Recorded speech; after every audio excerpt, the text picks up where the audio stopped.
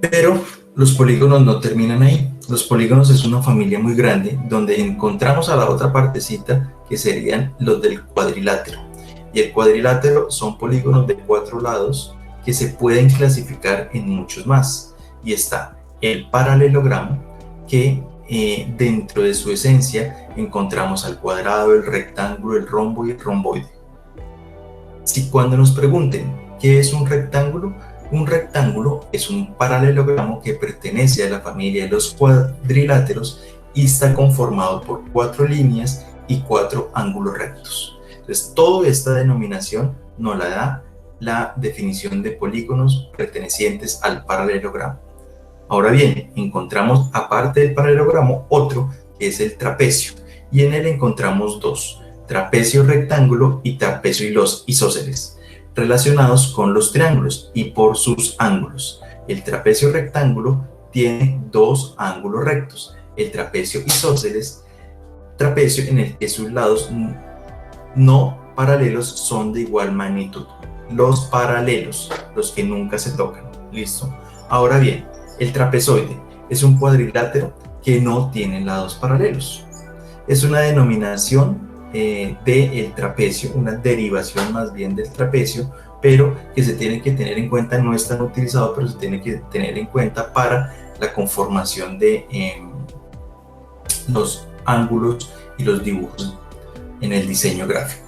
Ahora bien, si ustedes ven a mano derecha de la presentación, encontramos que hay triángulos equiláteros y cómo se denomina cada uno de ellos, ¿sí? El triángulo, el cuadrilátero, el pentágono, el hexágono, el heptágono, el octágono. Entonces, miren que puede haber, esto es particular, que puede haber pentágono regular, puede haber pentágono irregular.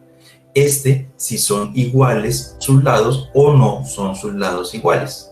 ¿Listo? Ahora también encontramos la denominación gráfica de los triángulos, la denominación gráfica de los paralelogramos y la denominación gráfica del trapecio y el trapezoide, que es la explicación que acabo de darlos. Aquí encontramos un insumo ya mucho mayor de lo que podemos manejar en términos de glosario de la geometría, para entrar al mundo del círculo. El círculo, al igual que el punto, creemos que es una figura bastante básica y sencilla, pero resulta que no. El círculo tiene ciertos componentes que lo hacen complejo y que tiene que su estudio, digamos, que ir a profundidad. Si ustedes ven, el círculo puede ser una línea curva donde se une su punto de inicio con su punto final. A eso le denominamos círculo, y esos puntos están todos a una misma distancia del centro. Si alguno de ellos llega a estar a una distancia mayor, ya no es círculo. Pero dentro del círculo empiezan a intervenir otros factores, como la tangente, que es aquella línea que toca en un solo punto al círculo, o el radio, que es la línea que une un punto con su centro, o el diámetro, que nos une ese punto de inicio en la circunferencia con otro punto de inicio en la circunferencia, pasando por el ángulo, por el centro, en una línea recta. Miren que esas son las características del diámetro: unir dos puntos de la circunferencia pasando con una línea recta por el centro. Si no se dan todas las características, no sería un diámetro. Ahora bien, si nos preguntan por la secante, es aquella línea que corta a la circunferencia en 2 puntos.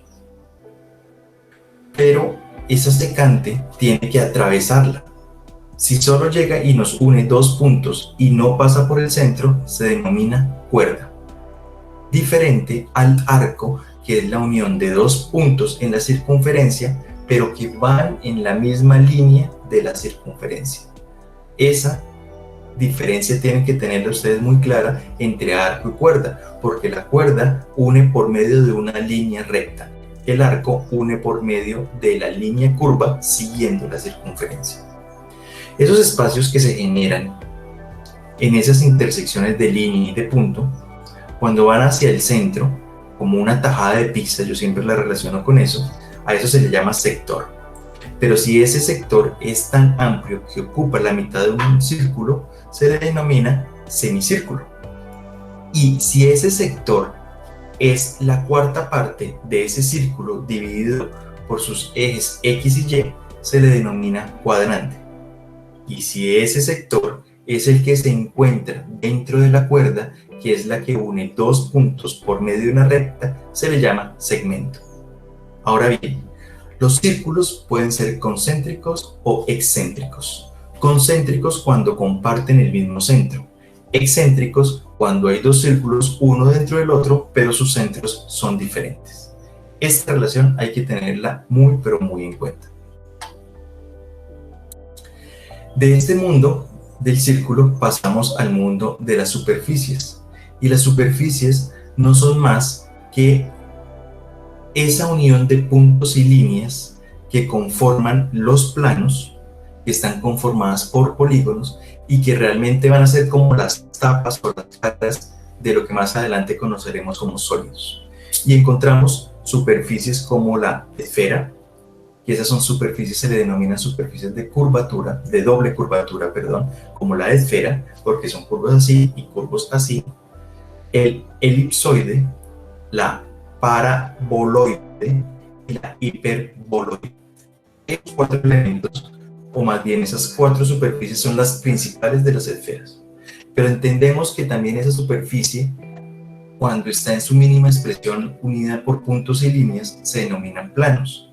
Pero si a esos planos se les da una curvatura, no de doble curvatura como la esfera, sino una sola curvatura, se le llama superficie cilíndrica. Si está en un solo eje y un solo centro, cilíndrica de revolución.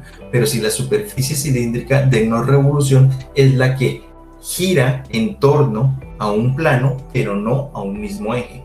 Entonces entendemos dos superficies cilíndricas, una de revolución en un mismo centro y la otra donde no tiene ese centro definido.